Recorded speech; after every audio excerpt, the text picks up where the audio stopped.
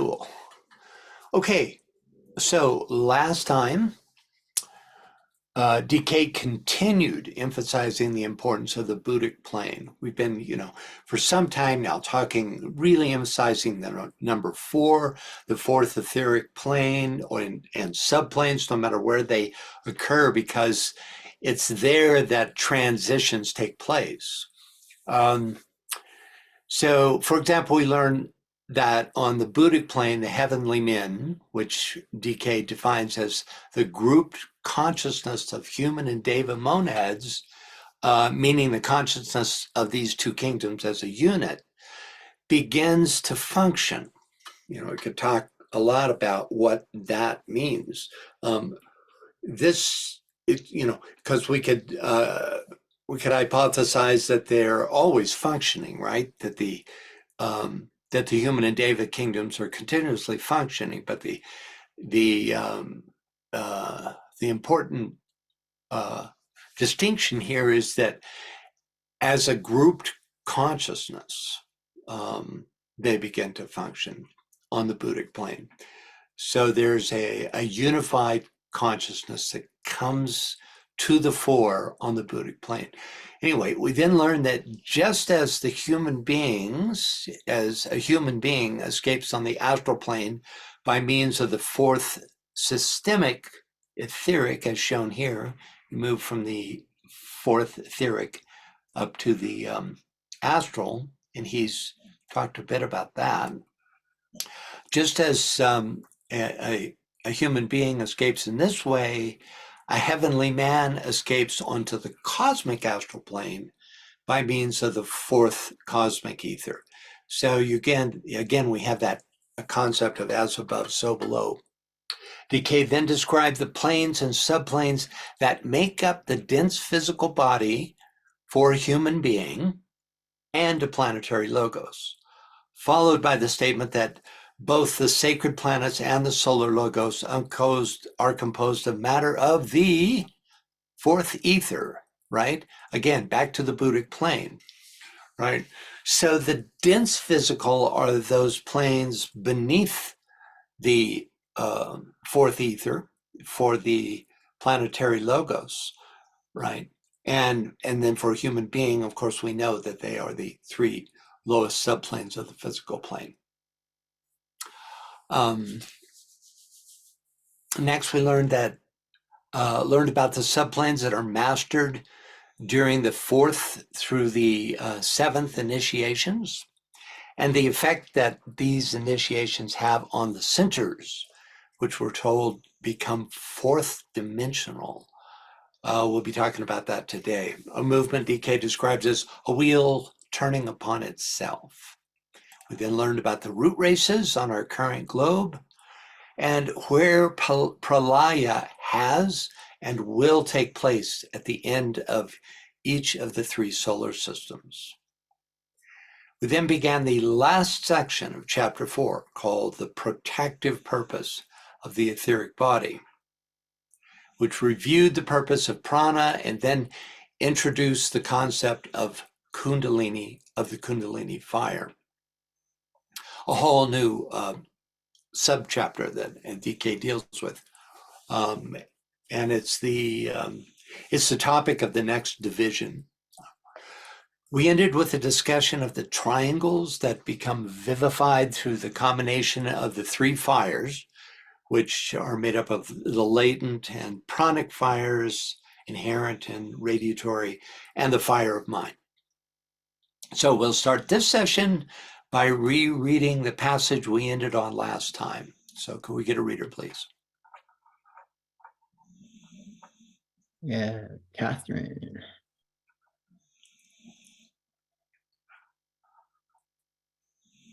When the threefold basic fire and the threefold pranic fire meet and merge, then evolution proceeds with greatly increased velocity.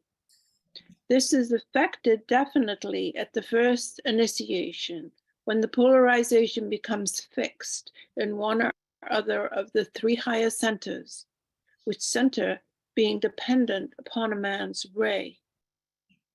The result of this merging leads to a change in the action of the centers. They become wheels turning upon themselves, and from a purely rotary movement, become fourth dimensional in action and manifests as radiant, whirling centers of living fire. Thank you, Catherine. So Welcome. first, when the threefold basic fire and the threefold pranic fire meet and merge, then evolution proceeds with greatly increased velocity. This is one of the reasons that it takes so long to get to the second initiation, but then it speeds up really rapidly. Second, third, and fourth taken, in quick sequence. And one of the reasons we're discovering here is because once these fires move up the spine to these various centers and start merging, then you have this very rapid increase in the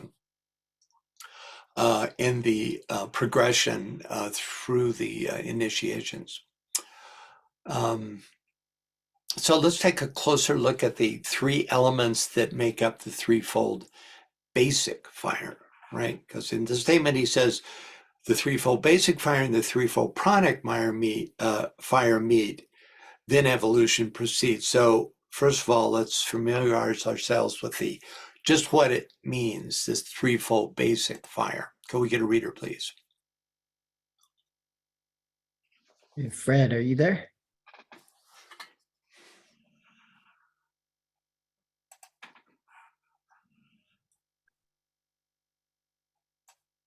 It sometimes takes Fred a bit to get his mic Yeah. situated, so maybe So we'll come back. maybe Heike. A triangle at the base of the spine formed by the three lower centers, A, a point at the bottom of the spinal column, B and C, the two major sex organs in the male and female. It is not my attention to lay any stress on the sex side of this subject, for these are organs with which the occultist has nothing to do. I will not therefore enumerate them in detail. I would only point out that in the transference of the fire at the base of the spine and the turning of its attention to the two higher triangles, the pranic triangle and the triangle in the head, comes the redemption of man. Thank you, Heike. Okay, so any questions about this? This basic triangle of fire at the base of the spine. This is the first time we've really had it articulated. He just talks about, the fire that's inherent in matter itself, but this in a human being has this particular triplicity. Okay. So next up, he's talking about velocity. This velocity is affected definitely at the first initiation, when the polarization becomes fixed in one or other of the three higher centers, which center being dependent upon a man's ray. So let's take a look at MDR's comments on this statement. Can we get a reader, please? Karen. We have yet another technical reference to the energy occurrences at the first initiation. We are later told that the immense staying power which results from this merging. We can therefore predict that staying power will begin increasing dramatically from the time of the first initiation, growing more and more powerful as we approach the fourth.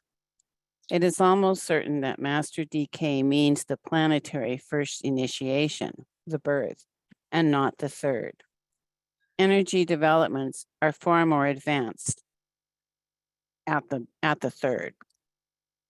What is a man's ray? In this case, there is reason to believe that we are speaking of the monadic ray. This does not mean that the soul ray is not influential. A search on the words man's ray reveals 23 hits. Sometimes the references pertain to the soul ray, but there are also definite references to the monadic ray.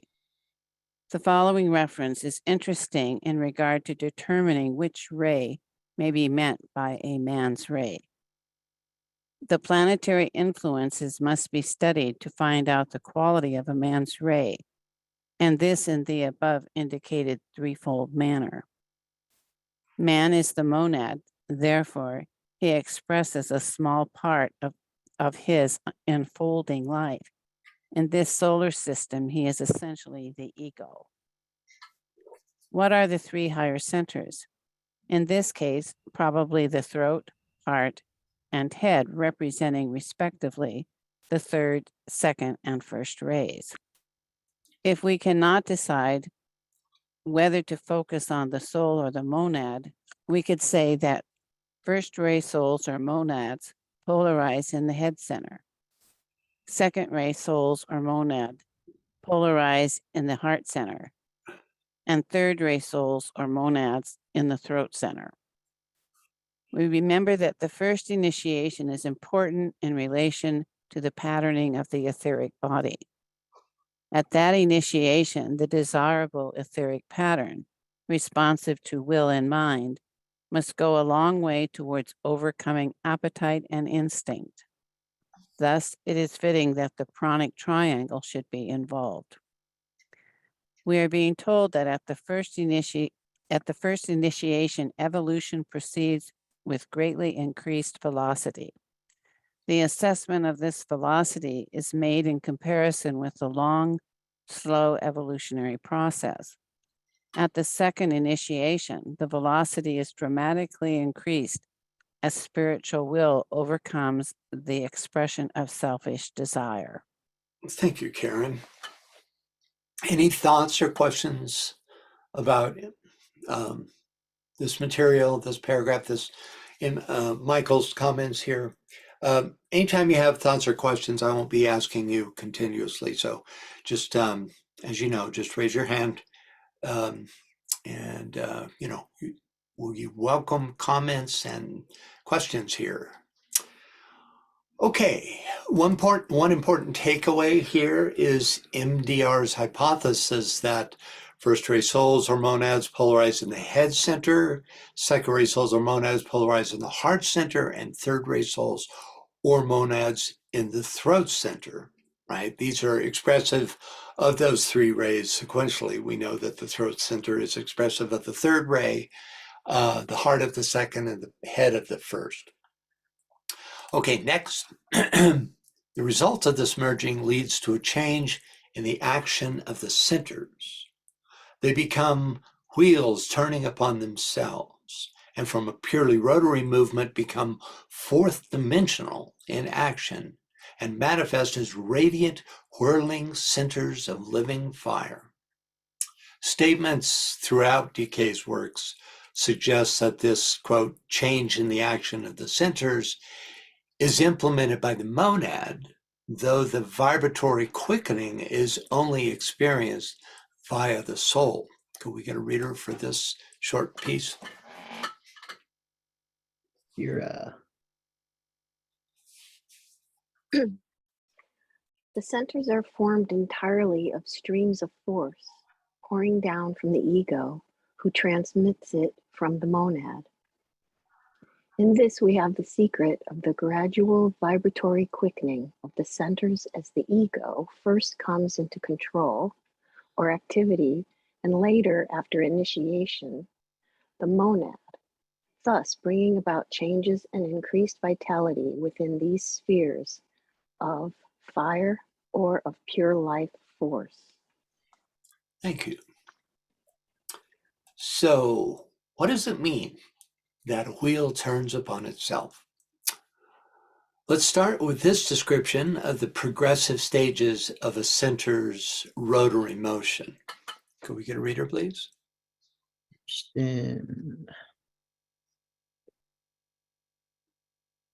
All these material forms existing in etheric matter, which is the true matter of all forms, are primarily undifferentiated ovoids. They then become actively rotating or manifest latent heat. Next, they manifest duality or latent and radiatory fire. The expression of these two results in fourth dimensional action or the wheel or rotary form turning upon itself. Thank you. And another quote from a treatise on white magic. Reader, please. Marianne.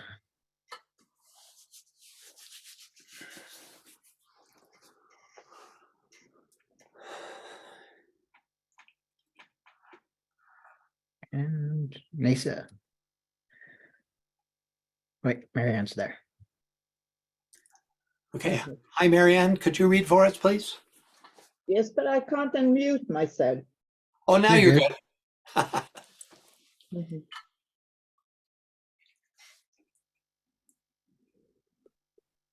Did you mute yourself again? I tried. Yeah, go ahead. Would you read, please? Do you hear me? Yes, you're fine. Okay, because I can't see, I have unmuted me. Okay. Each center or chakra is composed of 3 concentric interblending worlds or wheels, which in the spiritual man upon the probationary path moves slowly in one direction, but gradually quicken their activity as he nears the portal of the path of the initiation. On initiation, the center of the chakra, a point of latent fire, is touched and the rotation becomes intensified and the activity fourth dimensional. It is difficult to express these ideas in words that can be comprehended, but the Uninitiated. initiated, but the effect could be described as a changing from a measured turn to one of a scintillating radiation, a wheel turning upon itself, as the ancient scriptures express it. Hence, when by purification, conformity to rule, and an aspiration that brooks no hindrance and that ceases not for pain, the aspirant has caused his centers to pulsate and to rotate. Then and only then can the master lead him into the presence of the Hierophant. Thank you. Okay, well, this has got some interesting information in it. He says that on initiation, the center of the chakra, a point of latent fire. Now, that's the most sacred part of a chakra, right? It's the center is what is being demonstrated by the outer whirling of the 3 energies. But that point in the center is touched, he says, excuse me, is touched. And this suggests an action of the rod. So my guess is that, at different initiations, different chakras are stimulated, and this is how they do it. That the center of the chakra, which is the pure spiritual fire, is, quote, touched, and resulting most likely, since the rotation becomes intensified, what's happening there is that the stream that comes from the inner planes down and through that chakra is also intensified.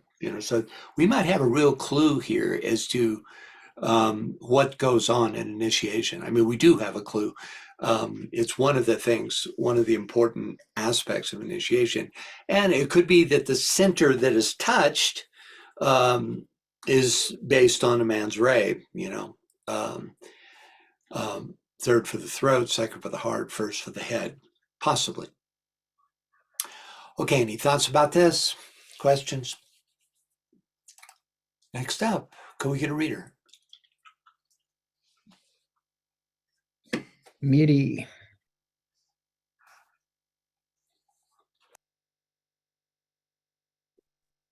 Yes.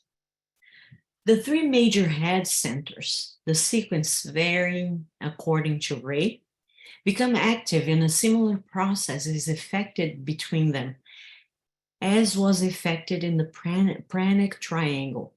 From being three centers that react faintly to each other's vibratory movement, feeling the warmth and rhythm of each other, yet separated, the fire leaps from center to center, and each whirling wheel becomes linked by a chain of fire till there is a triangle of fire through which the Kundalini and the pranic fires radiate back and forth. Circulation is also carried on. The fire of Kundalini produces the heat of the center and its intense radiance and brilliance, while the pranic emanatory fire produces ever-increasing activity and rotation.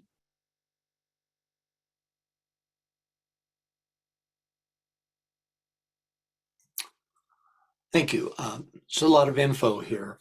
First, the three major head centers, the sequence varying according to Ray, become active, and a similar process is effected between them as was affected in the pranic triangle.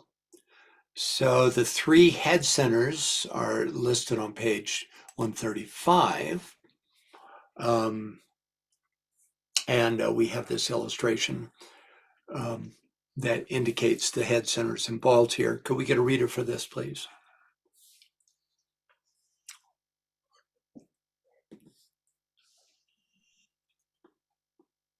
Nisa. The fire energizing the triangle in the head is the higher correspondence to the triangle of prana. Midway in the body and its lower reflection at the base of the spine. We have, therefore, in the human unit, three important triangles. One, in the head, the triangle of the three major centers, the pineal gland, the pituitary body, the alta major center. Okay, we'll finish this tabulation when we get to page 135, but I wanted to make it clear which head center he's talking about here. And it's interesting that the DK here uses the glandular equivalents rather than the chakras themselves. There's some hint here, as to the fact of where this activity takes place. He later reveals the connection between the gland and chakra. Could we get a reader, please? Robert. Just as the monad is the sum total of all the three aspects and of the seven principles of man, so is the head center or replica of this, and has within its sphere of influence seven other centers with itself for synthesis. These seven centers are likewise divided into the three major and the four minor centers, with their union and consummation seen in the gorgeous center surmounting and enveloping them all. There are also three physical centers called A, the alta major center, B, the pineal gland, C, the pituitary body, with four lesser centers. These four lesser centers are blended in that center, which we call the alta major center, and need not concern us. I would here also point out that there is a close connection between between the alta major center and the throat center, B, between the heart center and the pituitary body, C, between the head center and the pineal gland. Okay, this last part is worth becoming familiar with, right? It makes the last one, the head and the pineal gland, that makes sort of obvious sense. But the other two, you just have to memorize, that the connection between the heart and the pituitary body and the alta major and the throat center. There's another important piece of information here, which is right off the top. Just as the monad is the sum total of all three aspects, that would be, monadic, soul, and personality. So the head center is also a replica of this, right? The monad is the sum total of three aspects and of the seven principles, and those principles occur on each of the seven subplanes. So is the head center a replica of this. And the association becomes, of course, the seven centers as compared to the seven principles.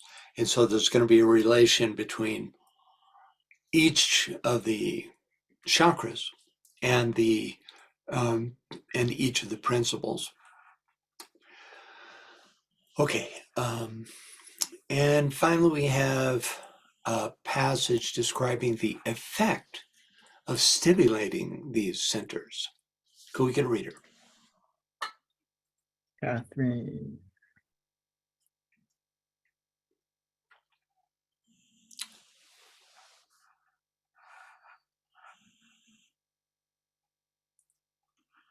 You there, Catherine?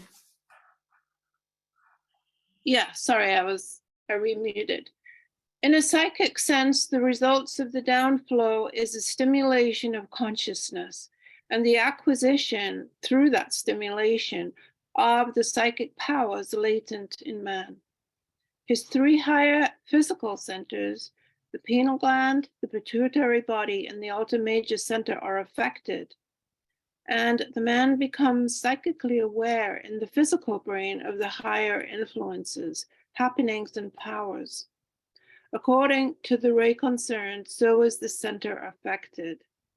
The force of the lunar lords, which has succeeded in keeping these three organs quiescent, is superseded, and the solar angels pour in their energy.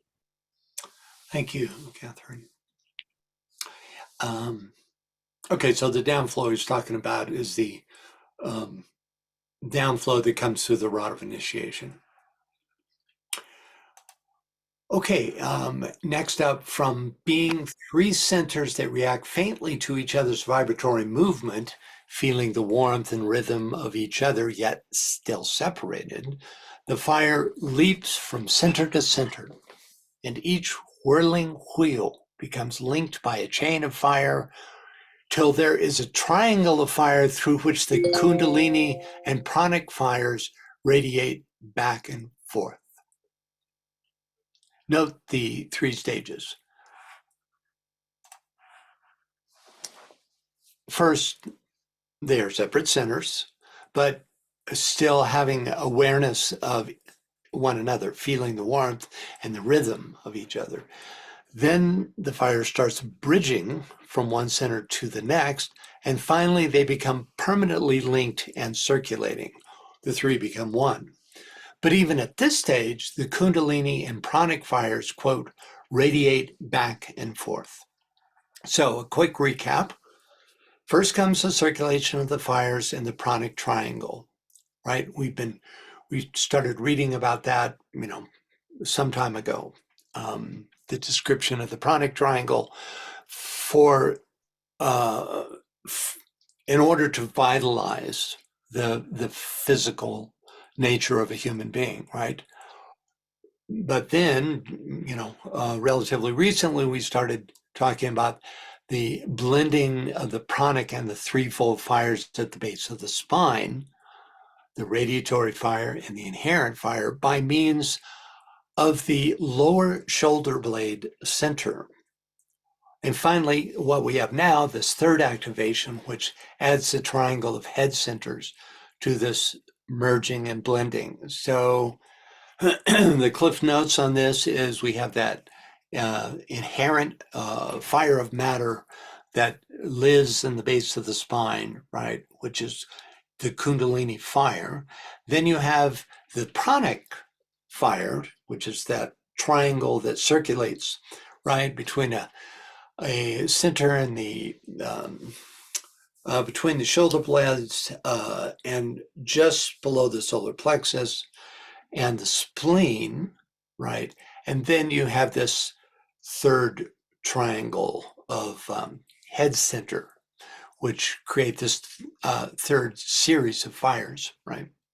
So they, when the first two begin to blend, the basic fire and the radiatory pranic fire, when they begin to blend at a center between the lower shoulder blades, then that begins to activate these head center fires. Okay. And finally, we have circulation is also carried on. The fire of Kundalini produces the heat of the center and its intense radiance and brilliance, while the pranic emanatory fire produces ever-increasing activity and rotation. So with this, we get insight into the nature of the two fires working together through heat and radiance on the one hand, right? That's the basic fire, and circulatory motion on the other, and that comes through the pranic fire. Okay, you're starting to get some understanding of how this works. Next up, can we get a reader, please? I think Catherine had a question. Yeah, Catherine. Yes, I was wondering, with those energies that eventually are transmitted into the physical brain, could you then say that's the stage where you're able to retain your consciousness at other levels? Or is that not affected?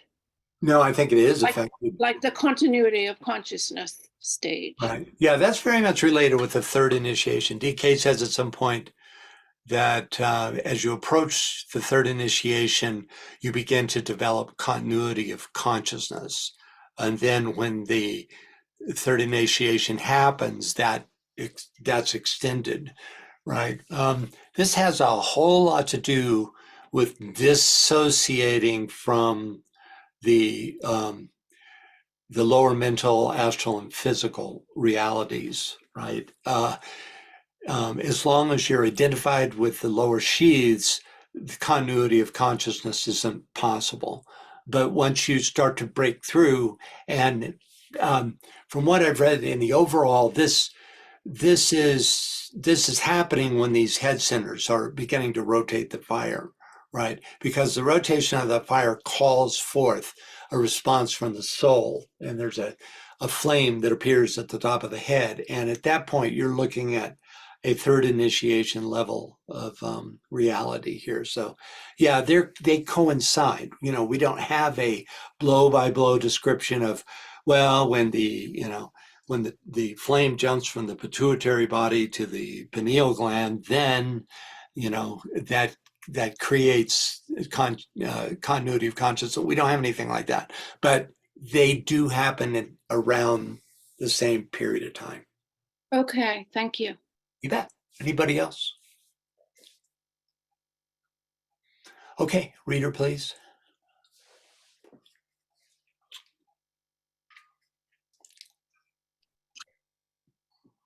Yep. Like As time elapses between the first and the fourth initiation, the threefold channel and the spine and the entire etheric body is gradually cleansed and purified by the action of the fire till all dross, as the Christian expresses it, is burned away, and naught remains to impede the progress of this flame. As the fire of the Kundalini and Prana proceed with their work and the channel becomes more and more cleared, the centers more active and the body purer, the flame of spirit of the fire from the ego comes more actively downwards till a flame of real brilliance issues from the top of the head. This flame surges upwards through the bodies towards its source, the causal body. Thank you, Heike. Okay, first, as time elapses between the first and fourth initiations, so we have a time frame now, right? For or an event frame for when the entire process happens, right? The threefold channel in the spine and the entire etheric body is gradually cleansed and purified by the action of the fire till all dross is burnt away and naught remains to impede the progress of this flame. So, first of all, you have to realize that the etheric centers and the etheric body are one, right? The centers are expressions in etheric matter, right? So that etheric cord, as it's called at one point, differentiates into all these various centers with these 7 major centers predominating, right? And it's those centers that house all this activity, this raising of the Kundalini and these 3 triangular demonstrations, 3 fiery points in each triangle, right? Okay, referencing the threefold Kundalini channel, which is pictured here. If you look at the detail of this illustration here on the right, you'll see that it is made up of the feminine Ida, which is described as cold and white, and is associated with the moon, therefore with the form aspect. The Pingala, which is hot and red, and is associated with the sun, and the Sushumna, or central channel. In a section a bit later in TCF, DK gives us further detail on the stages of the rising of the Kundalini. And this is a long passage, but from what I've read in all the DK books, this is the mother lode for describing the Kundalini process, and we'll be referring back to it more than once. So, could we get a brave reader, please? Janet. Kundalini lies at the base of the spine, and in the normal average man, its main function is the vitalization of the body.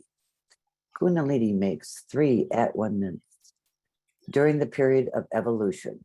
First time with the revelatory fires of the body, or prana, at a point between the shoulder blades. The second, with the fires of the mind at a point at the very top of the spine, in the center of the back part of the throat. And third, with the fire of spirit at the point where these 2 united fires of matter and of mind issue from the top of the head. Number 3, each of the 3 channels within the spinal column have the specific purpose of blending these threefold fires. We need not bear in mind that the fires circulate, and that at the moment of achievement, every triangle in the body is verified, every center is fully functioning, and a threefold path of fire can be seen extending the entire length of the backbone. 4, when Kundalini has blended with the pranic fire, the centers become 3-dimensional. It blends with mind or solar fire, and the 2 fires are perfectly united.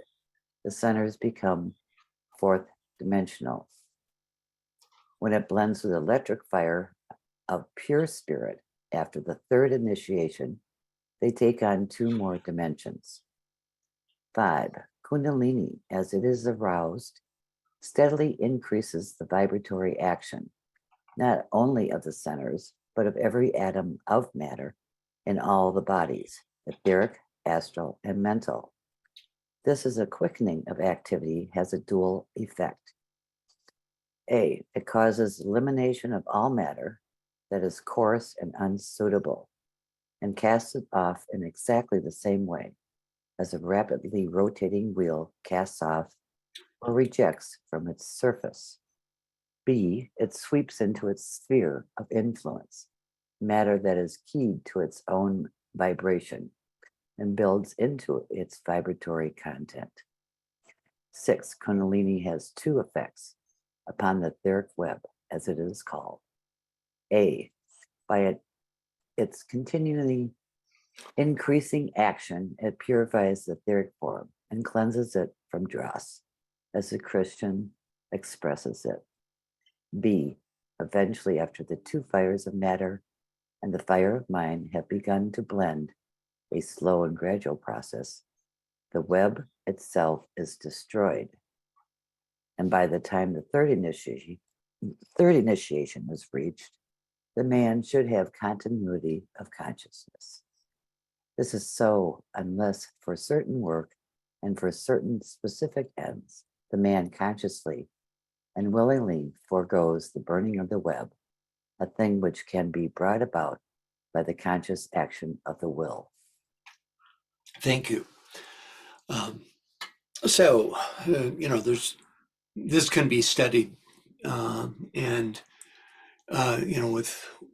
with very positive results. One of the things that we're getting here is how the etheric body purifies itself. It's, with the increased rotation, it literally, like centrifugal force, it sends the undesirable matter out of the etheric body, right? And at the same time, it draws in matter that is more appropriate to the level of consciousness that is being affected through,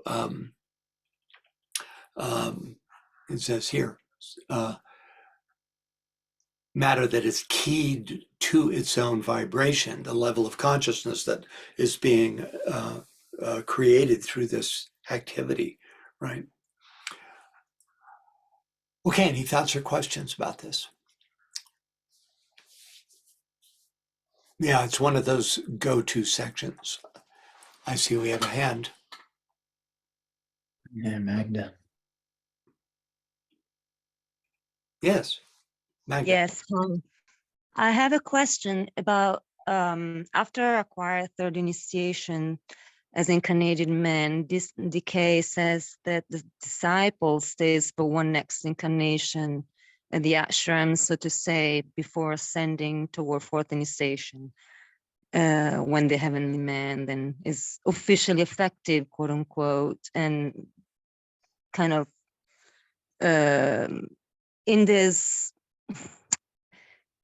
is this a permanent fixed rule, and what is the technical reason? Because it seems to me like we are discussing about the technical reasons, because for these fixed rules, what is the technical reason? Since after third initiation, so when still in manifestation, the man, detachment from personality issues is by definition already completed. So what is the reason why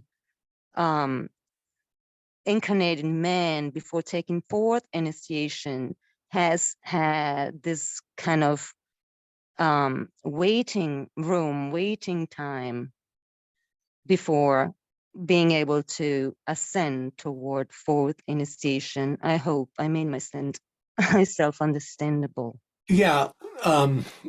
Well, first of all, this entire process happens before the third initiation. Only at the very end of this is the third initiation described, right?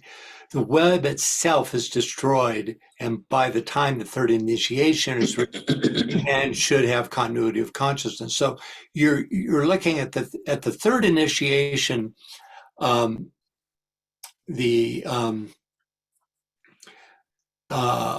that time, this entire process has been undergone, right? And so you're really talking about first, second, and preparation for the third, that all this this raising of the Kundalini and the vivification of the centers takes place, right? And then at somewhere around the third, you have this the complete burning up, and of course this is followed by the destruction of the causal body at the fourth initiation, and then you literally have repolarized yourself outside the lower 18 planes, which is of of matter where all of this is taking place, right? Right. So this when it says foregoes the burning of the web, does that correspond somehow to the renunciation kind of initiation? What is Certainly. called? Yeah, you remember each initiation, we learned in one of the previous quotes that it stimulates the point in the center of the center, the point in the center of the chakras, right? Which is the spirit source for each chakra, right? And that is going to happen as a result of some initiation. A lot happens right at the first. You know, I was surprised to read this. I've read this book close to 3 times, but I was surprised in this reading to prepare for these classes that how much actually takes place during the first initiation. You know, these triangles are really underway, you know, by the end of the first. And so it's really between that period and the third that, you know, all that we're reading about happens. Okay, thank you. Yeah, I don't know for sure if I answered your question, but at least Yeah, I was going like the step after that because I kind of understand that from first to third, this is what is we're discussing right now. But then okay. somebody else before asked Yeah. about fourth initiation, so I was trying to get into that, but I guess it is not the topic right now. Thank you. No, that's fine. This system is finished. It burns up. The etheric body is destroyed. The web is destroyed. And so this entire process has served its purpose. And one is reunited with the soul, liberated literally, and transcends the subplanes where all of this is taking place. So none of this is relevant to the fourth initiation, except for that it leads to it, right? Perfect. Yes, correct. Yes, that's what I thought. I just wanted confirmation by you. Thank you. Yeah, sure. Okay. Yeah. I'm sorry if I didn't understand just what you were. No, it's me right now. It's not very understandable what I'm saying. Thank you. Yeah. Well, you know, the main thing is have a discussion. It doesn't have to be put, you know, in perfectly clear. Yeah, thank you. Yeah, Yes, you're yes. welcome. Yes, I see more hands. And Robert. Yo, Robert. In 6a, when he references dross as the Christian expresses it, that's kind of an unusual phrase for him to use. So I just looked online, and there was a website for 27 uses of the word dross in the Bible. It had to do with removing the impurities from silver and other things like that, which I'm going to take a look at later. I just thought people might be interested because it's sort of a, you know, there might be some interesting analogies there that can help ground the process a little in understanding. Sure. Yeah. Well, you know, yeah, it's just impurities. You know, that's what it means. He's very consistent with his use of this term too. I mean, he uses it here and he uses it in the text where we are now, and a couple other places. And, you know, it's interesting. You know, it's you have to remember that this is, you know, when it comes to purifying silver, it's physical impurities, but these are vibratory impurities. These come from an earlier period in one's development, which are still hanging on, and so they have to be, you know, to go with what he says here. It's cast off in exactly the same way as a rotating wheel casts off or rejects from its surface. It suggests that there's something in the nature, you know, almost like it's centrifugal weight that sends it out in a way from these centers. It rejects this type of impurities, right? But it's going to be a vibratory. It's going to be etheric substance with a vibratory properties that are no longer appropriate would be, one way of describing dross. Yes, next up. Any more questions? I think I saw another hand. No, that was just Magda. Okay. All right. Yeah, I see Janet's hand now. Yes, Janet. I was just going back to the Ray 6 conference most recently with Michael and carrying us through the burning ground. When they're all talking about that dross and the feeling you get when you're trying to become vibratory with the door that you're about to enter.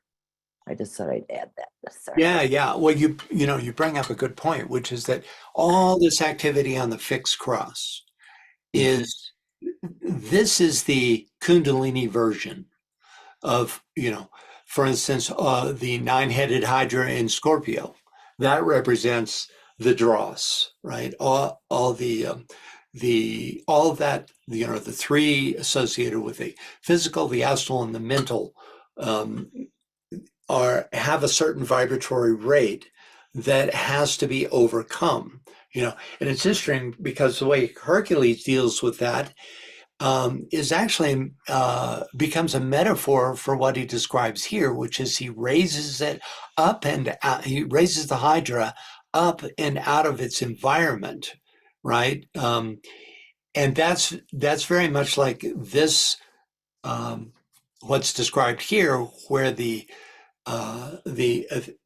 rotation of the etheric centers transcends the old environment, right? It moves, first of all, just slowly rotating, and then more quickly rotating, then it moves into fourth dimensional rotating, and then even later 2 dimensions are added to that.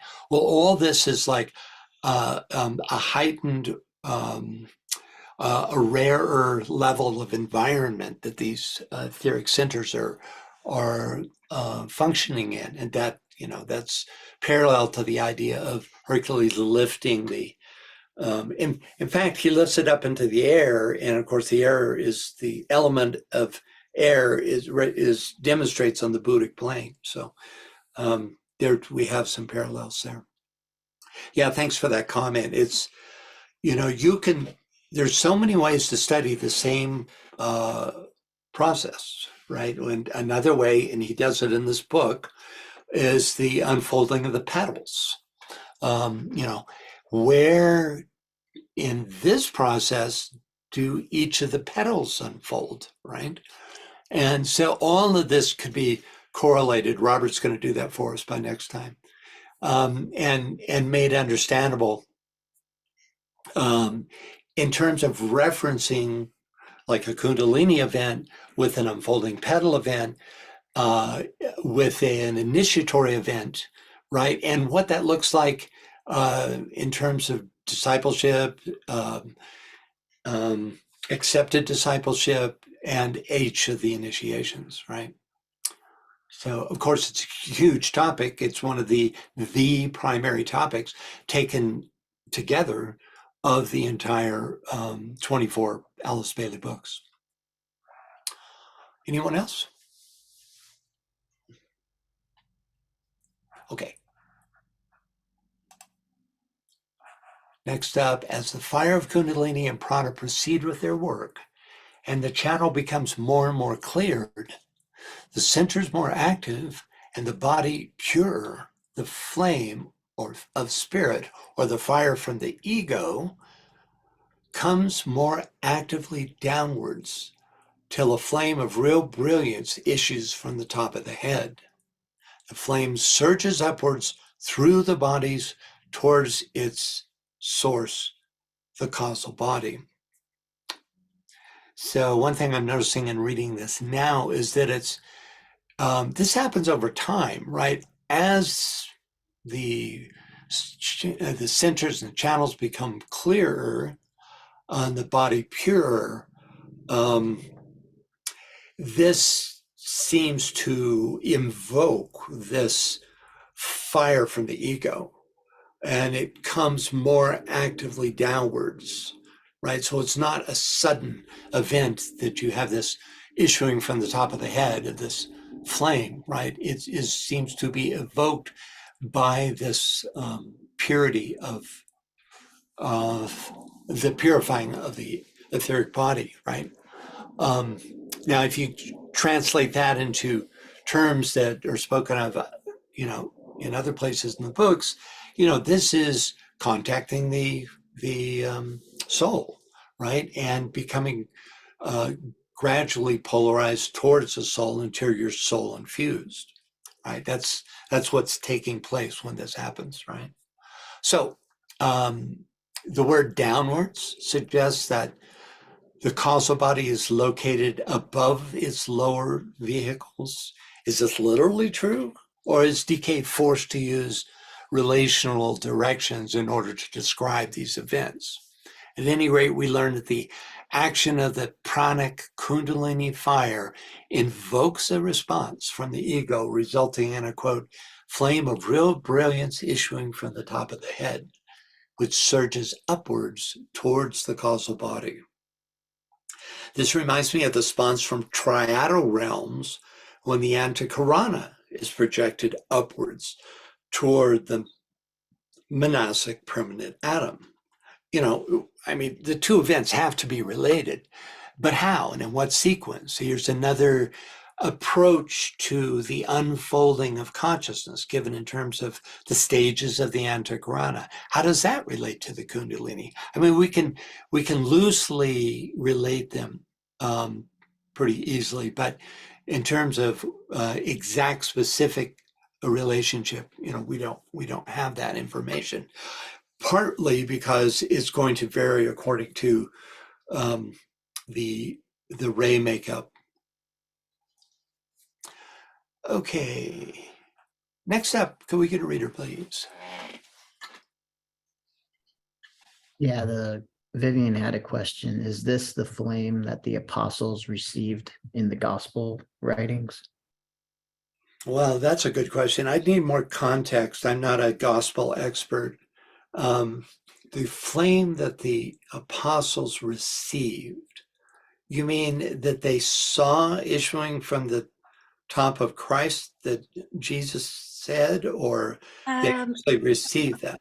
Francis, I'm thinking of that moment. I think it was after the resurrection. I don't know if it was before the ascension, and the apostles, I think they were called disciples at the time.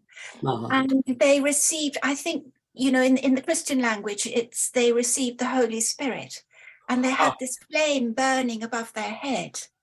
And it was, I think, from that moment that they started to speak in different languages that everybody else could understand. So it was a big moment, of course, in the gospel story. Right. But it's got a name, and I can't remember what it was called. I'm sorry. No, that's fine. It's called Pentecost. Yes, that's right. Pentecost. Yeah, that's it. Could you add to this discussion, Karen? Could you say more about that Pentecost? It sounds Pentecost is, I relate it to the third spiritual festival, having communicating in one language and having right human relations where everybody can do that. I'm not sure. That is, they call it this, the Holy Spirit descends on the disciples at that time. Mm-hmm. Yeah. So the idea is that it's a common language, right? Yes, they speak in tongues, but they all they each speak in different languages, but they understand what they're saying. Okay. Yeah.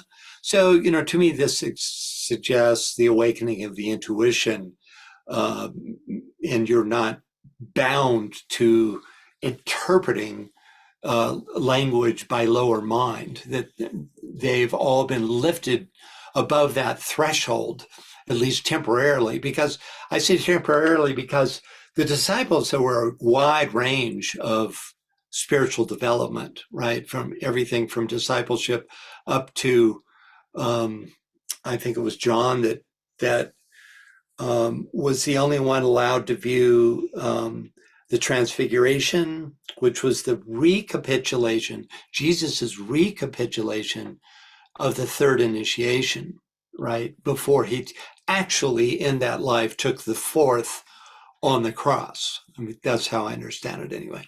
And so, you know, that suggests that John was more involved, very possibly a second initiate as a result of being with Jesus.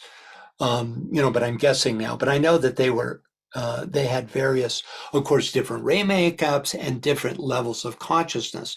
But there would have been, all of them could have been lifted temporarily into this through the consciousness of the combined Christ and Jesus, in order to have this, to experience this spiritual event, you know, wherein this flame appeared above each of their heads, representing this access to intuition and of higher mind. It's also considered the birth of the church. That moment, yeah. Okay. Yeah.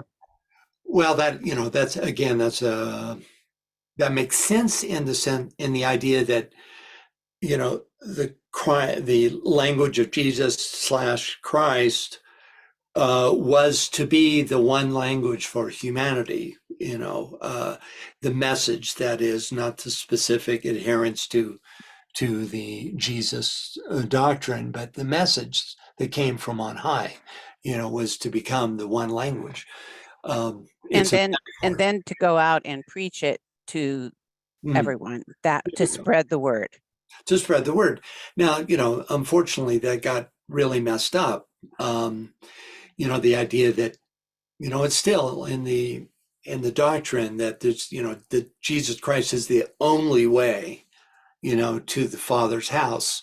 And it was never meant to be that. It was meant to be that this sacred path, you know, the Christ principle, rather than, you know, the Jesus who walked around in the Middle East, that the Christ principle was the only way to the monad, right? That was what was meant, but it got degraded, and so you have this divisions that bring up this quality of separation, which, you know, Jesus was, and it's the farthest thing he had in mind, was to create that kind of separation, right?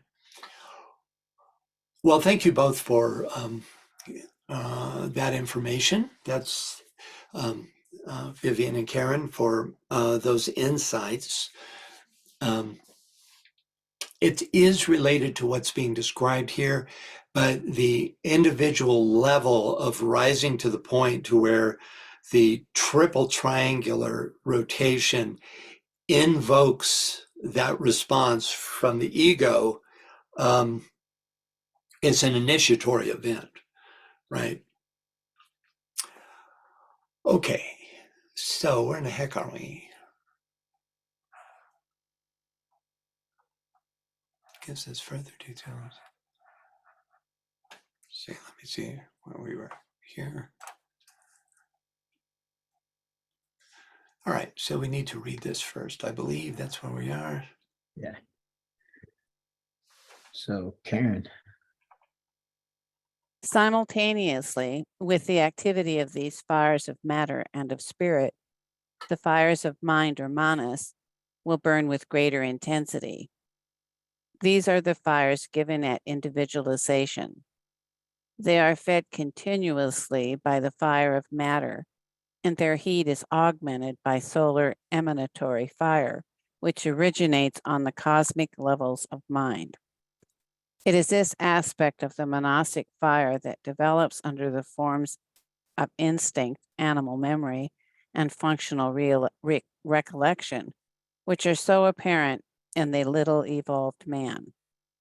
As time progresses, the fire of mind burns more brightly and thus reaches a point where it begins to burn through the etheric web, that portion of the web which can be found guarding the center at the very top of the head and admitting entrance to the downflow from the spirit. Okay, so we get a little more information about this, this downflow of this egoic flame. So first up, simultaneously with the activity of these fires of matter and of spirit, the fires of mind or manas burn with greater intensity. So simultaneous with the downflow of egoic fire and the issuing forth from the flame at the top of the head, a third fire, that of manas, quote, burns with greater intensity. This is the fire of mind, which we learned when we were looking at this section, when perfectly united with the Kundalini, results in fourth dimensional motion. Next, these are the fires given at individualization. They are fed continuously by the fire of matter, and their heat is augmented by solar emanatory fire, which originates on the cosmic levels of mind. Later in TCF, DK tells us that the vibration of the germ of mentality permeates substance like a yeast. And it was in this way that consciousness was awakened. It's inherent in the substantive realm. As to the bestowal of the fire of mind of individualization, DK says the following. Could we get a reader, please?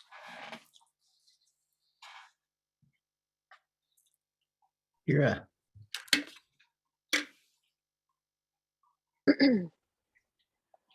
When man individualized in Lemurian days, about 18 million years ago, it was the application of the rod of initiation to the logos of our earth chain, which brought about the event and touched into activity certain centers in his body with their corresponding groups.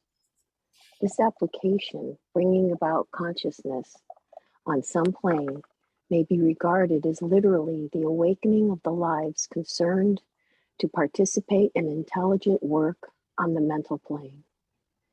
Animal man was conscious on the physical plane and on the astral planes. By the stimulation affected by the electric rod, this animal man awoke to consciousness on the mental. Thus, the three bodies were coordinated and the thinker enabled to function in them. Okay, so just take note of what an extraordinarily high initiation this was. Application of the rod initiation to the logos of our earth chain. Now, logos of an earth chain is higher than Sanat Kumara. Sanat Kumara is the logos of this globe, right? A chain of globes is an amalgamation of 7 globes. That's a logos of a higher consciousness. And that's who was receiving this initiation, right?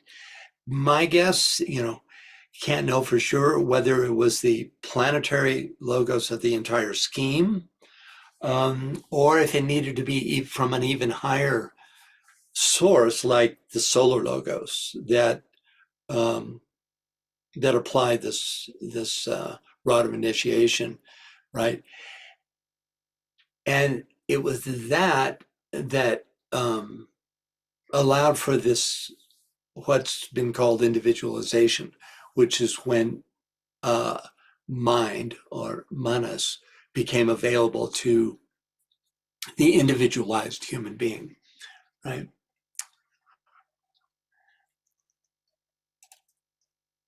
Okay, next up.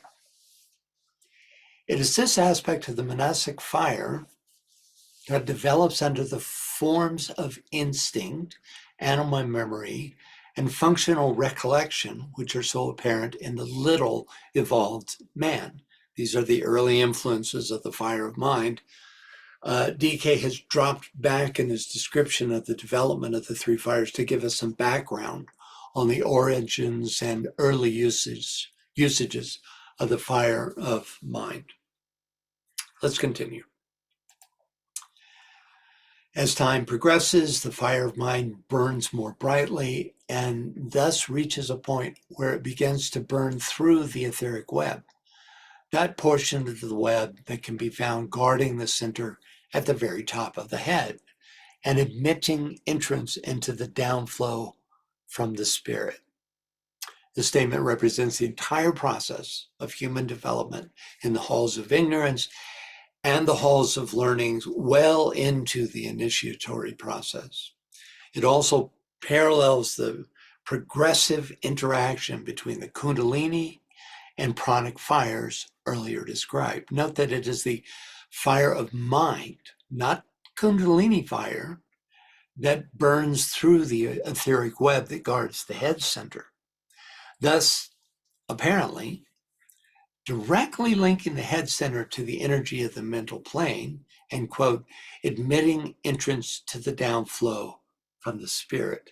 It's this that there's so much warning that you need to guard against and protect this etheric web until the right time comes, until there's a natural progression of these three triangles, and that the energy of mind naturally burns through, and that's not affected through breathing exercises or some artificial means. Okay, and next up, can we get a reader? Kirsten. By its means, certain things are brought about. The Kundalini fire is consciously directed and controlled by the mind or will aspect from the mental plane. The two fires of matter, by the power of the mind of man, are blended, first with each other, and secondly with the fire of mind. The united result of this blending is the destruction under rule and order of the etheric web, and the consequent production of continuity of consciousness and the admission into the personal life of man, of life more abundant, or the third fire of spirit.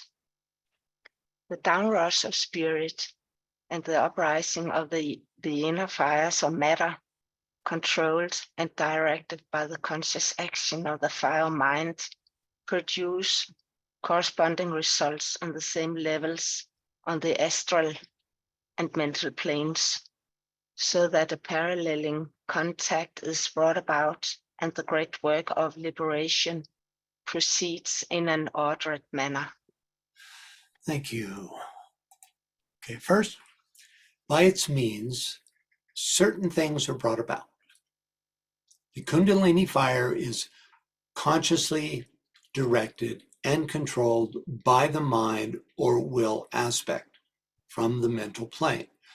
So DK often points out that the will aspect is implemented through mind, right? It's you have the will on its own plane, but when it's brought into intelligent activity, it's done so through the mind. It's implemented by mind.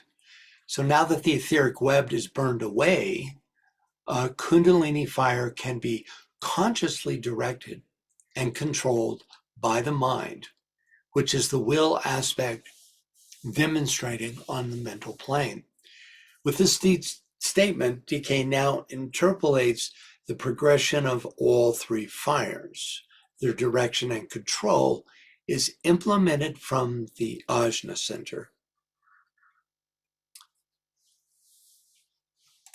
Next, the two fires of matter by the power of the mind of man are blended first with each other and secondly with the fire of mind. So a reading from a bit later in TCF, the section that we were looking at a minute ago, describes this sequential blending, right? Kundalini makes at-one-ments, first with the radiatory fires of the body or prana at a point between the shoulder blades, and second with the fire of mind at a point at the very top of the spine, in the center of the back part of the throat. Here, DK adds that this blending is directed by the mind. Okay, any thoughts about this? Any questions? Yes, Karen. Well, this isn't maybe exactly relevant, but I've been thinking about it, so I'm going to ask it. The triangle is a vortice of energy, and when a triangle, I mean, and esoteric healing is all about triangles. Everything is these triangles that are vortices of energies, and the chakras basically are triangles. They're vortices of energy that are going, the points tip at the central channel, the back and the front of each of the main chakras. Mm-hmm. And so this I'm thinking about third dimensional and fourth dimensional motion and how that appears. And one of the diagrams that's helpful, the diagram of heart math has a diagram where it kind of shows the motion of the circulatory movement from the crown to the root, but then also the horizontal movement of the chakras. And then, then it makes me think of the toroidal, the energy of a torus. Right. And that to me is kind of a synthesis of both of, the vertical and horizontal energy flow. And of course, all these triangles, what we're trying to do through healing with them and through our purification process is to get them moving. The circulation and flow of energy. I mean, because that's what causes disease is stagnation, lack of flow of the energy. Right, exactly. As well as overstimulation. So, so you always have to have the goal in mind, not the increase of the rotation of your chakras, but an external goal, like the healing of someone or group or humanity. You don't ever want to focus specifically on trying to increase the rotation of the chakras, because that's done naturally through purification and through decentralization of your personality, and through, most importantly, through service. This all comes about naturally. Well, and when you're doing healing, though, you're influencing the whole body. You're usually not just focusing, on one chakra. Right. Overstimulate. Yeah, no, I'm sure that this is Nicole's group, right? Well, I've studied with many, many different schools of thought, and that's the other thing that has all, through nursing and healing touch and therapeutic touch and Barbara Brennan School and esoteric healing.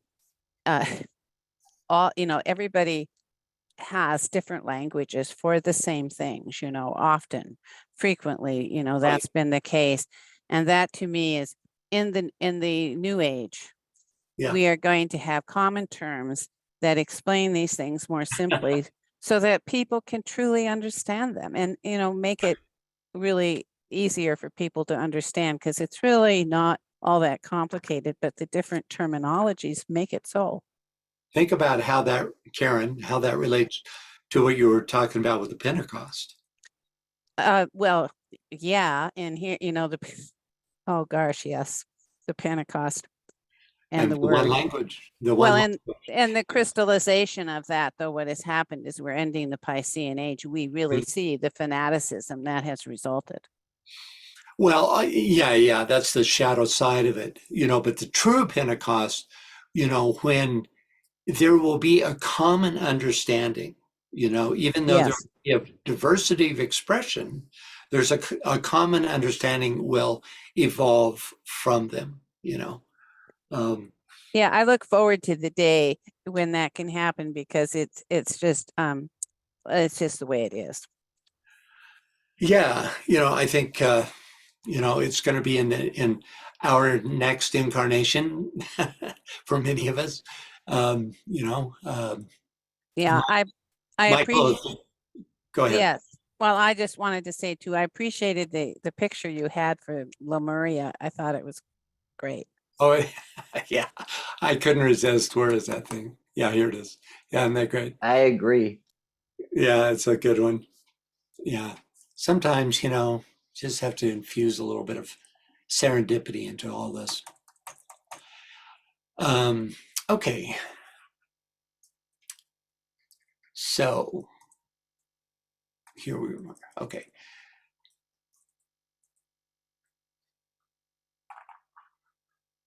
Let me find my place here, guys.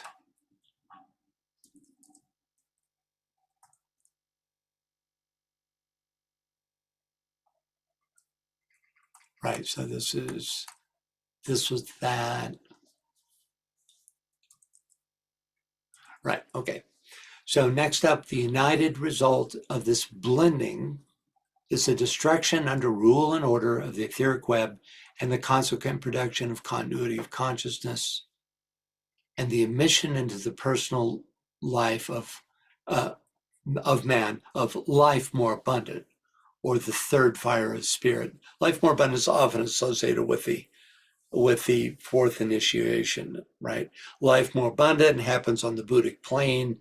And it's, who was it that I was talking to about the fourth initiation, when this entire system is superseded and you move beyond it through onto the Buddhic plane, out of the three lower worlds, right?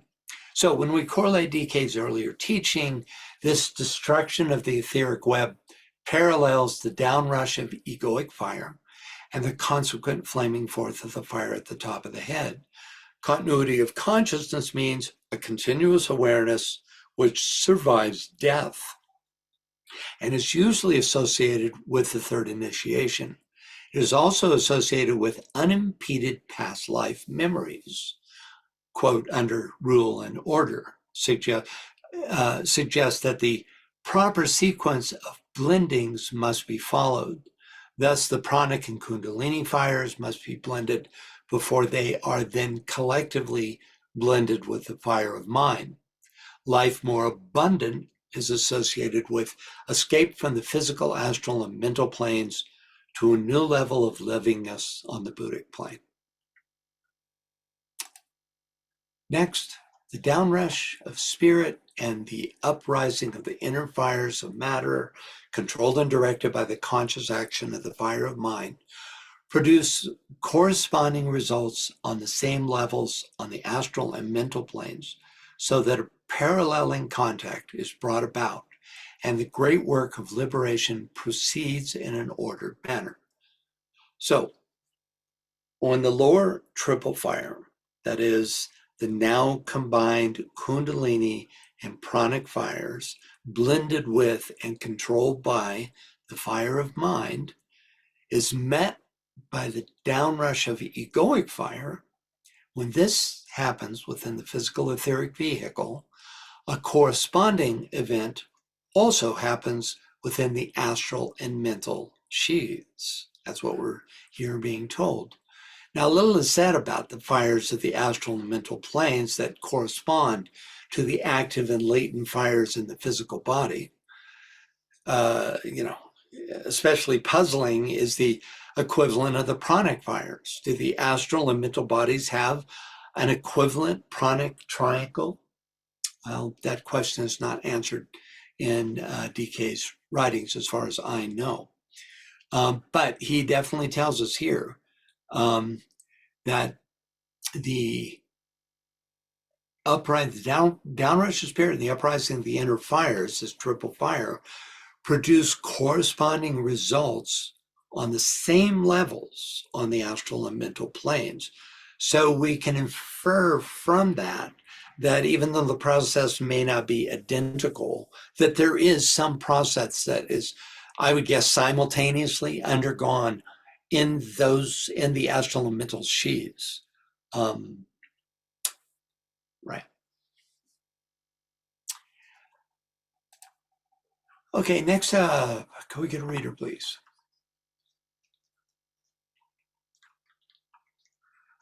Marianne. Or Marianne, sorry. The three first initiations see these results perfected, and lead to the fourth, where the intensity of the unified fires results in the complete burning away of all barriers and the liberation of the spirit by conscious directed effort from out its threefold lower sheet. Man has consciously to bring about his own liberation. These results are self-induced by the man himself, as he is emancipated from the three words and has broken the wheel of rebirth himself instead of being broken upon it. It will be apparent from these elucidation that the exceeding importance of the etheric vehicle as the separator of the fires has been brought forward, and consequently we have brought to our notice the dangers that must ensue should man tamper injudiciously, ignorantly, or willfully with these fires. Okay, thank you. So first, the three first initiations see these results perfected and lead to the fourth, where the intensity of the united fires results in the complete burning away of all barriers. So, we get a definite a relating between the initiations, well, at least between the first three and the fourth, and these Kundalini events, right? It'd be great if there was, he tells us something about the what happens at the first, but he doesn't detail so much what happens in terms of Kundalini as a result of the second. That would be interesting to know. Anyway, let's take a look at the electrical effect of the rod of initiation. Could we get a reader, please? MIDI. By the application of the rod, the fire of Kundalini is aroused and its upwards progress directed. The fire at the base of the spine and the fire of mind are directed along certain routes or triangles by the action of the rod as it moves in a specific manner. There is a definite occult reason under the laws of electricity behind the known fact that every initiate presented to the initiator is accompanied by two of the masters who stand one on either side of him. The three of them together form a triangle which makes the work possible. The force of the rod is twofold and its power terrific. Apart and alone, the initiate could not receive the voltage from the rod without serious hurt, but in a triangle formation, transmission comes safely. The two masters who thus sponsor the initiate represent two polarities of the electric all. Part of their work is therefore to stand with all applicants for initiation when they come before the great Lord. Thank you. Okay, you can see how electrically oriented the event called initiation is, right? This triangle that's created between a master and at least the fourth initiate and the initiator, and with the initiate in the center, has the quality of equalizing the polarity, the plus and minus poles, and being able to adjudicate or control the nature of the electrical stimulation, right? I mean, superficially you think, well, the initiator himself is only going to apply as much electricity as is needed, and he'd be able to control that. I mean, after all, it's either the Christ or Sanat Kumara, right? You would think they would be able to exactly adjust the amount of electricity that goes into the initiate. But that's not the entire process. Also, what's needed are these other two, this master, either two masters or a master and a fourth initiate that can polarize these, the singularity of electrical stimulus from the one initiator and the inherent dual nature of electricity as it moves into the form aspect, which of course the initiate is in. He's not in his physical form in initiation, he's in his mental and astral bodies. Nonetheless, that represents a dual, it's in the realm of duality. And so that must be regulated by these two additional masters. It's a pretty extraordinary thing to read about. Saw a hand? Yes, Francis, it's Catherine. Yeah, hi, Catherine. Hi, I was wondering, is this applying to every initiation or just the first, which is considered the third initiation? This Well, particular process? I think it's also the lower two, yeah. Oh.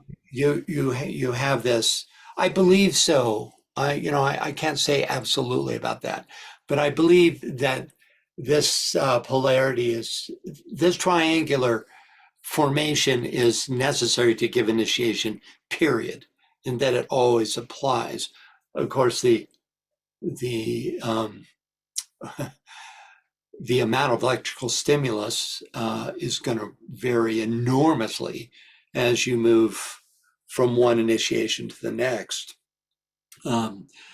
But I think even at the lower initiations, it has to do with the ability to assimilate, with proper assimilation of the charge that's dispensed, right? So that the mental and astral bodies can receive it, and that it has the proper stimulatory effect on the etheric body.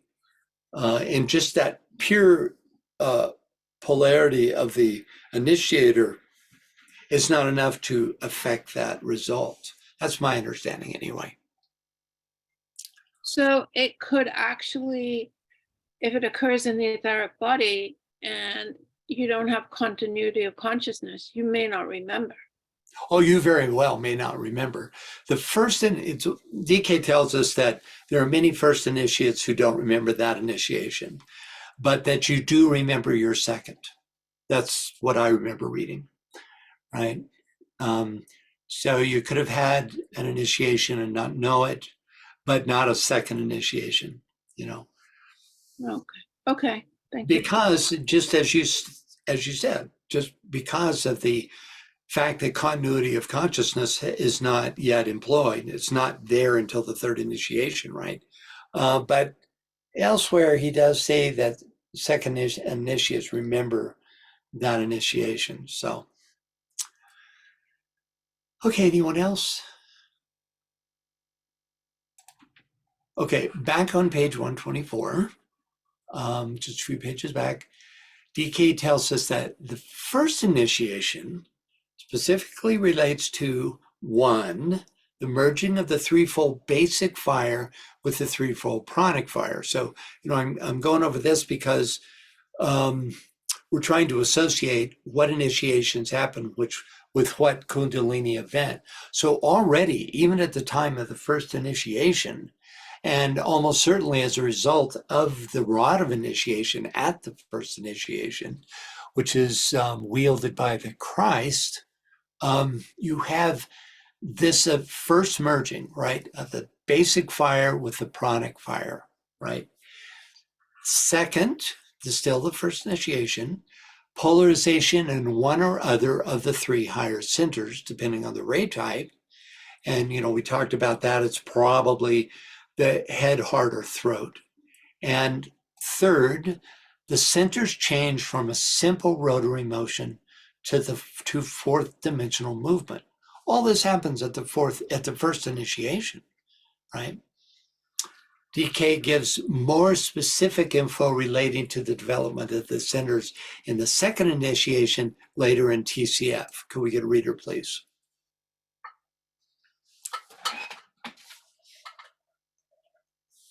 Nathan.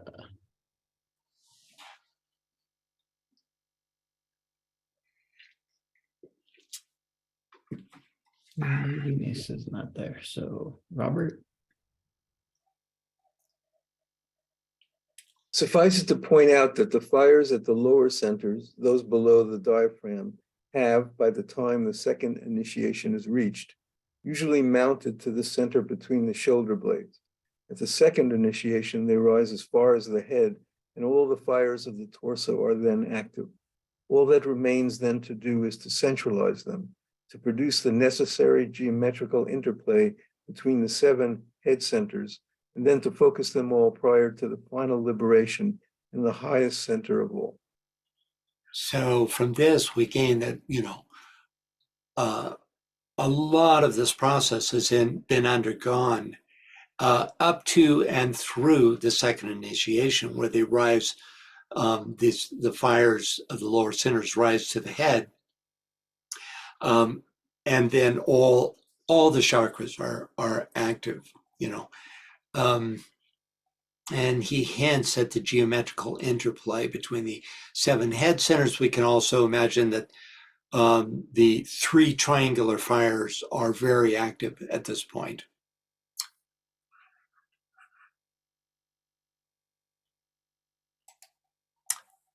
We learn about the third initiation in this passage. Can we get a reader, please?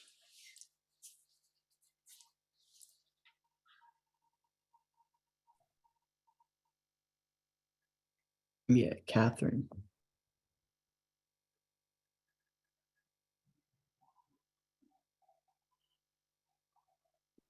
The pituitary body forms the center, which receives the threefold vitalization pouring through the sutrama from the lower mental, the astral and the etheric planes. The pineal gland comes into activity when this action is enhanced by the pouring through of energy from the ego on its own plane. When the antakarana, it says antaskarana? Yeah, that's another word for the same thing. Oh, okay. It's not a misprint. Okay, I didn't know that.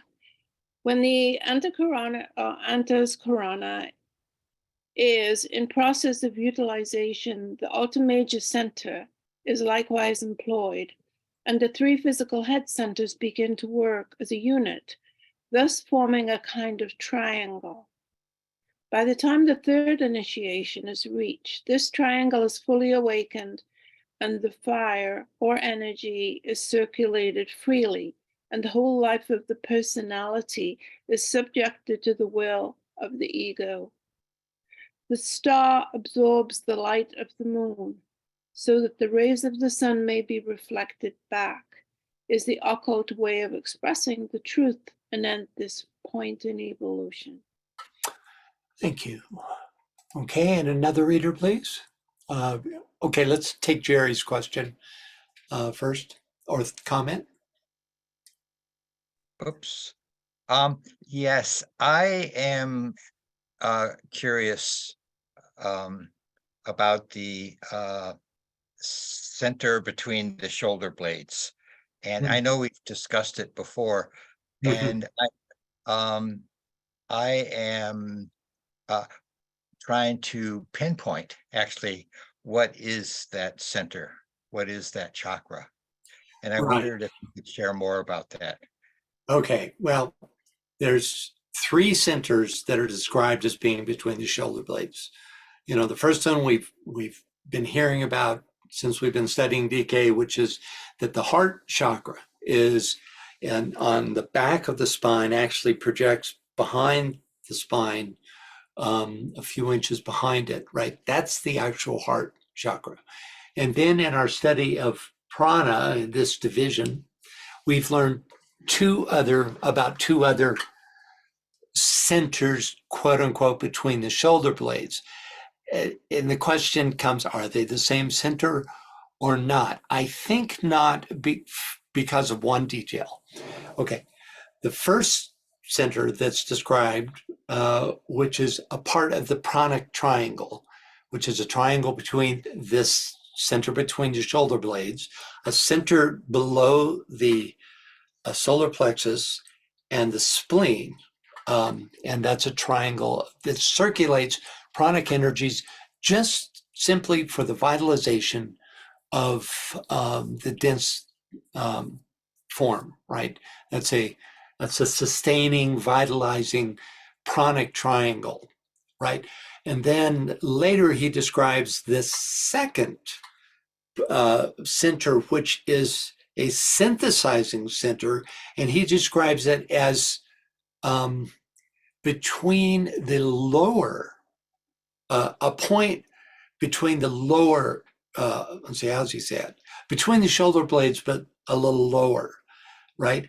And he tells us in a breakout paragraph that we took a look at, I think last time, he tells us that this is not an actual sacred center, but is created by the disciple in order to synthesize the two fires, the pranic and the fires of matter, right? The Kundalini fire and the radiatory fires of prana.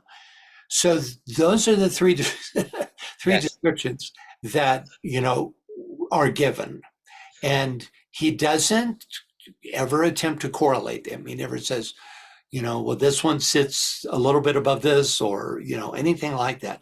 Obviously, the two pranic centers are not the heart center, and there's a question. You could say, well, maybe they're the same pranic center. Yes. I think not, because that the one that receives prana from the golden devas that dispense prana, and it's received and by that pranic triangle, that seems to be a permanent center, at least until the escape liberation is affected. But this other center seems to be created strictly to synthesize the two lower fires. Yes, my theory, and I wonder what you think of this, that the third center that's synthesized by the person is the vagus nerve center. Yeah, it could be. There's no direct. What I do is, when I have a question like this, is that I stay alert to any reference to either, right? And look for correlations that might link them together. And, and there's a real possibility there. Yeah, thank you. It's very helpful. Yeah, you're welcome. Anyone else? Okay, we can read it for the second part of the effect of what happens in the Kundalini at the third initiation. Nisa.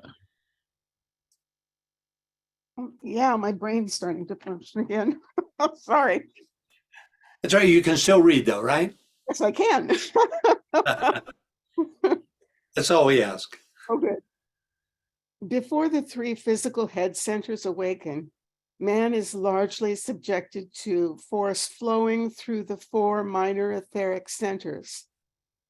Later, the three major centers, the head, the heart, and the throat, begin to vibrate gradually, assuming a greater sweep of activity till their energy tends to negate that of the lower centers, to absorb their vitality and deflect the direction of their vitality until the three higher wheels are in fourth dimensional activity. As this proceeds, the three physical head centers begin to awaken from dormancy into activity. The effect being felt as follows. A, as the major head center awakens, the pineal gland begins to function. B, as the heart center becomes fully alive, the pituitary body enters into activity. C, as the throat center assumes its right place in the process of evolution, the Alta Major Center vibrates adequately. When the triangle of force that these three physical centers form is in circulatory effect, the greater triangle can be seen in circulation. It then becomes a wheel turning upon itself.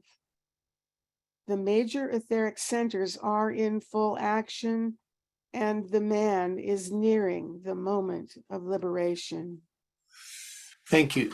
Okay, so we, for the first time, have a definite correlation between the glands and the actual centers, you know. So, and it's sequential. As the major head center awakens, the pineal gland begins to function. As the heart center becomes fully alive, notice the difference, awakens and fully alive, right? Different stages. The pituitary body enters into activity, right? As the throat center assumes its right place in the process of evolution, the Alta Major Center vibrates adequately. So, there's a lot of subtlety just in how these three stages unfold, but you can see the definite connection between the glands and the actual centers. So anyway, we'll have to leave it there. We're out of time. Fascinating topic to me. I hope it is for you as well. We'll pick up here next time. Okay, and that means I think we're looking at the 14 days from now, 24th, I believe. Yeah, 24th. 24th. Good deal.